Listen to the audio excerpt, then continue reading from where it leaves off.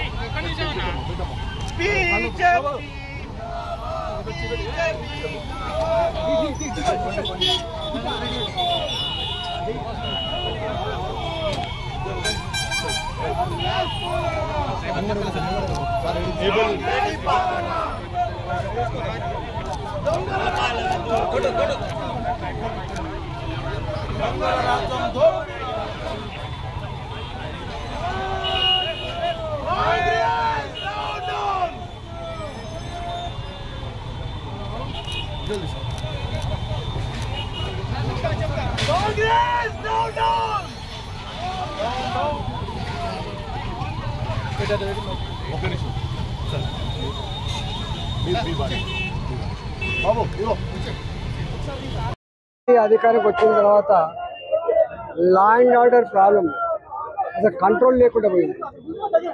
Gun culture పెరిగిపోయింది. భూ ఆక్రమణలు ఇవాళ గోరక్షకులుగా నేను నిత్యం చూస్తూ ఉంటా. ఇక్కడ ఎంపీగా మేడ్చల్ పోలీస్ స్టేషన్ కావచ్చు, షామీర్పేట్ పోలీస్ స్టేషన్ కావచ్చు, కీసర పోలీస్ స్టేషన్ కావచ్చు, గడికసర పోలీస్ స్టేషన్ కావచ్చు, నిత్యం కొన్ని వందలాది ట్రక్కులు కదిలిపోతూ ఉన్నాయి. ఇది ఒక పెద్ద మాఫియా లాగా తయారైంది. దీన్ని కంట్రోల్ చేయాల్సిన బాధ్యత ప్రభుత్వం మీదనే ఉంటుంది. అసలు గోరక్షకులుగా సమాచారం ఇస్తుండొచ్చు కానీ కంట్రోల్ చేయాల్సిన బాధ్యత మాత్రం పోలీస్ స్టేషన్ల మీదనే ఉంటుంది. కానీ ఎక్కడో పోలీసులు పూర్తిగా విఫలమైన సందర్భంలో గోరక్షకులుగా బయటకు వచ్చి అక్కడక్కడ సమాచారం ఇవ్వడం కానీ అక్కడ ఆపే ప్రయత్నం చేస్తున్నప్పుడు ట్రక్కులతో గుద్దడం ఇవాళ ట్రక్కుల్ని వీళ్ళ కాళ్ళ మీద నుంచి పోనించడం. ఇవాళ 3-4 వెహికల్స్ ఒక్కొక్క ట్రక్ ఆవులు తోలుకపోయేటువంటి ట్రక్ కి 3-4 వెహికల్స్ ఇలా కత్తులతో గుండాలు దాన్ని కాపలా కాసే పద్ధతి ఇది ఆపాలని చెప్పి చాలా రోజులుగా ఇక్కడ డిమాండ్ వస్తూ ఉంది.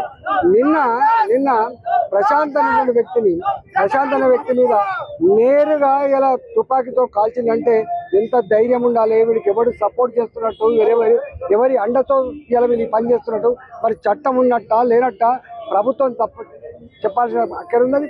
దీని పూర్తి బాధ్యత ప్రభుత్వం అని చెప్పి హెచ్చరిస్తా ఉన్నాం. ఎందుకంటే ఇది విశ్వాసానికి సంబంధించిన అంశం. ఇదేదో ఆవులు అమ్ముకునేటువంటి వ్యాపార సంబంధించిన అంశం కాదు.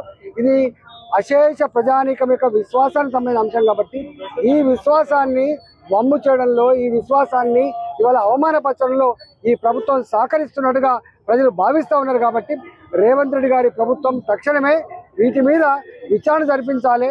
ఎవరైతే ఈ ఫైరింగ్ చేసిండ్రో, ఎవరైతే గతంలో కత్తులతో పొడుస్తూ ఉన్నారో, ఎవరైతే వీళ్ళు వెహికల్స్తో చంపే ప్రయత్నం చేస్తున్నారో వాళ్ళ మీద చర్యలు తీసుకోవాలని చెప్పి ఈ ప్రభుత్వాన్ని హెచ్చరిస్తా ఉంది. హిందూ సమాజం మీద జరుగుతున్నటువంటి దాడిని నిరసిస్తూ బీజేపీ ఈ రోజున ధర్నా కార్యక్రమం చేపడతా ఉంది, పాదయాత్ర చేపడతా ఉన్నారు. కానీ అయినా కూడా ఇలా జరుగుతూనే ఉన్నాయి. దీని కాల్పులే జరిగాయి. సో ఇదంతా ఎంఐఎం అండదండలు ఉన్నాయని చెప్పి అండదండలు ఉన్నాయి. అసలు అనేక దేవాలయాల మీద మన రాంపల్లిలో ఒక ఆంజనేయ స్వామి విగ్రహాన్ని ధ్వంసం చేశారు. అంతకుముందు ఇదే సికింద్రాబాద్ లో ముత్యాలమ్మ టెంపుల్ ని వాళ్ళు విధ్వంసం చేశారు. ఇలా 40-45 గుళ్ళ మీద ఇలా దాడులు జరిగినాయి. ఈ దాడి జరిగినప్పుడల్లా వీడు సైకో అనో లేకపోతే వాడు మతిస్థిమితం లేదని చెప్పి తప్పించుకున్నాను తప్ప ఇది తప్పు. ఇది విల్ఫుల్లీ ఇంటెన్షనల్లీ ఇవాళ ఎక్కడో రెచ్చగొట్టే ప్రయత్నం చేస్తున్నారు. సమాజంలో అశాంతి ప్రబలే ప్రయత్నం చేస్తున్నారు. ఇది మంచిది కాదు అని చెప్పి ఈ ప్రభుత్వాన్ని హెచ్చరిస్తాం. ఇది చూడొచ్చు. అసలైన తొలి వెలుగు. ఫాలో వాట్సాప్ @తొలి వెలుగు official.